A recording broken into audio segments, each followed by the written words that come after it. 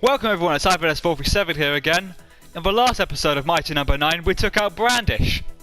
And in this episode we'll be taking on Dynatron in the power plant. Let's get ready!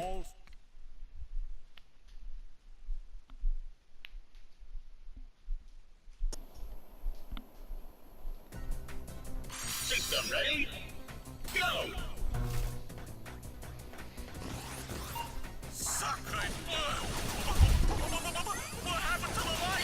So the main gimmick with this level is the lights. The lights will flash on and off because due to the power cuts. Now certain enemies will actually change their behaviour based on if the power's on. See, that guy was attacking, but now that the power is off, he's docile. Now it's only certain enemies, it's not all enemies. These guys will do the same thing whether the power's on or off. It's only these guys. See, look, these guys are now docile because the power's on. It's only these guys and another guy and the massive box guy we saw and this guy here that change due to the power outage. Every other enemy in the game will basically be exactly the same. These little Sniper Joe guys. I don't think that's their name, but it's what they're based off of. I like the fact that the trash can is a robot. It's a sentient trash can, essentially. I just imagine it's like, please stop putting your food in me. I don't need to eat this. Like someone just throws sneezes and throws it in the garbage, and he's like, ah! Oh God! No! Oh, that feels. Oh, it's all. Ah! Ugh. I don't like to get that dirty. So a trash can is probably the worst thing to ever be reincarnated as. Or a tapeworm. Oh, I almost threw up that. Just threw up a little bit in my mouth. And now Brandish is helping us.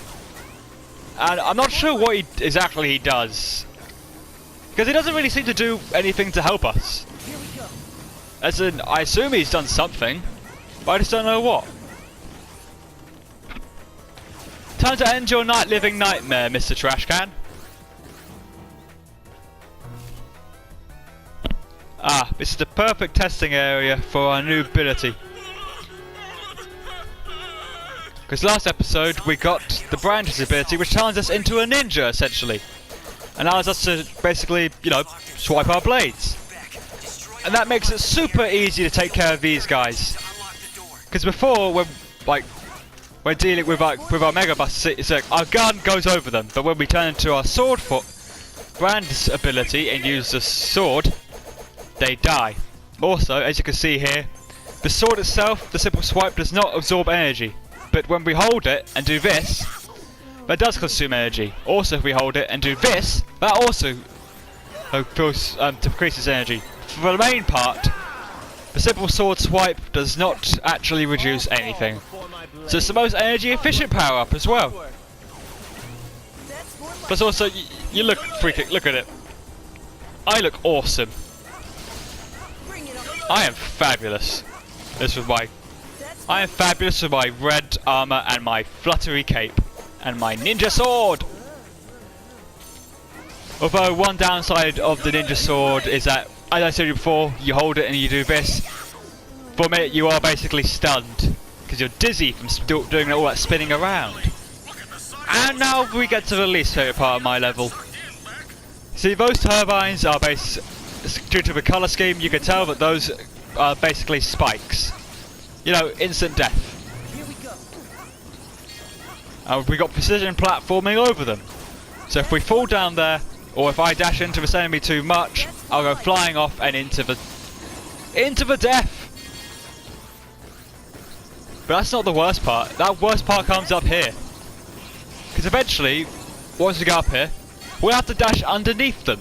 And the regular dash will actually, the regular dash we use will actually go into the blade and kill us. So we have to do the sort of crouch dash, which I think they tell you about a little bit, but I don't overly go into it. And it basically so that you dash lower. I'm not sure why they even had that, because it's like you literally only use it in this situation. So you hold down and you press the dash button and you basically do a load. Ah!